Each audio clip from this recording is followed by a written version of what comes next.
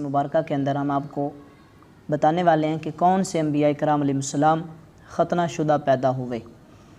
تو پہلے حدیث سماعت فرمائیں۔ میرے آقا کریم علیہ السلام نے ارشاد فرمایا، اربع من سنن المرسلین، 4 کام نبیوں کی سنت ہے، یعنی مجھ سے جو پہلے انبیاء گزر گئے ہیں ان کی سنت ہیں یہ 4 کام۔ پہلا الحیا، اور ایک روایت کے مطابق آتا ہے کہ الختان یعنی ختنہ، اور دوسرا خوشبو لگانا، اور تیسرا والسواک، اور چوتھا النکاح۔ تو ختنہ جو ہے یہ حضور سے جو گزشتہ انبیاء ہیں، یعنی ختنہ جو تھا وہ حضرت ابراہیم علیہ السلام سے نبی پاک صلی اللہ علیہ وسلم تک یہ سلسلہ چلا۔ تو حضرت ابراہیم علیہ السلام کے بعد جتنے بھی انبیاء کرام علیہ السلام آئے ان کے امت کے اندر ختنہ تھا۔